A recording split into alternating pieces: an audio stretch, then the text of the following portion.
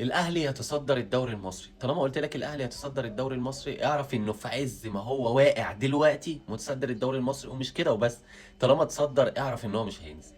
فرق بونت بينه وبين نادي الزمالك، فرق بونت بينه وبين نادي الزمالك، بس خلاص معروفه قاعده: الاهلي لما بيركب الدوري ما بينزلش الا بقى لما بيكون في متوشه مؤجله وهو لاعب اقل من حد، فالطبيعي ان هو بينزل وغيره بيركب لحد ما هو يرجع يكسب متوشته المؤجله تاني ويرجع يقوم لاعب وتلاقيه متصدر الدوري.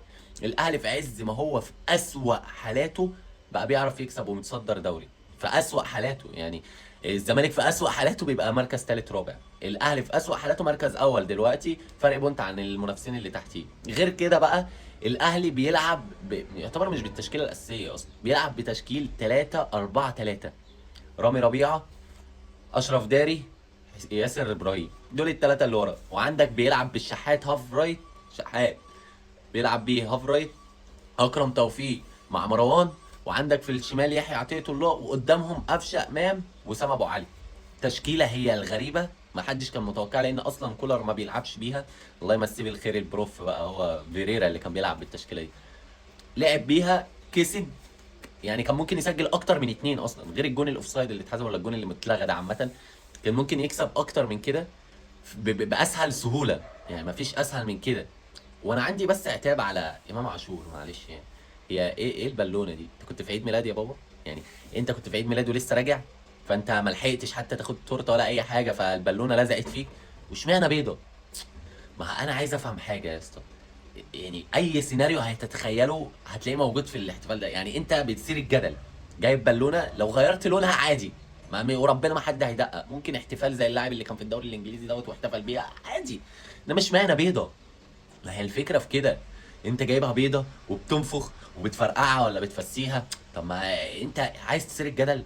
يعني انت لو ركزت في الكوره بس، اقسم بدين الله من احسن المواهب اللي جت في مصر لو ركزت كوره بس. انما طول ما انت مركز مع السوشيال ميديا وانا اطلع اخد لقطه وكله يطلع يتكلم عليه، ما انت كده فعلا اجباري خليت الكل يطلع يتكلم عليك. خلاص اللقطه بتاعت الاسبوع دوت حصلت، والناس بقى تفضل ايه الاحتفال دوت، ده هو قصده مين؟ ده اكيد قصده الزمالك. باينه، اصلي بيضه يعني، ولا سودا ولا حمراء ولا صفراء ولا خضراء ولا اي لون، انت جايب مختصها بيضه. مش عاوز اتكلم في النقطه دي كتير، بس هو بصراحه قعدتك مع كهربا طولت قوي وبقت بتاعت لقطات بس. يمكن بقت بتلعب ماتش حلو و10 خرا، فمش هنركز فيها كتير. مارسيل كولر من وجهة نظري هو السبب الاساسي في ان هو يكسب امبارح، مش اللعيبه خالص. الراجل باقل حاجه يعني، من وجهة نظري الاهلي محتاج لعيبه.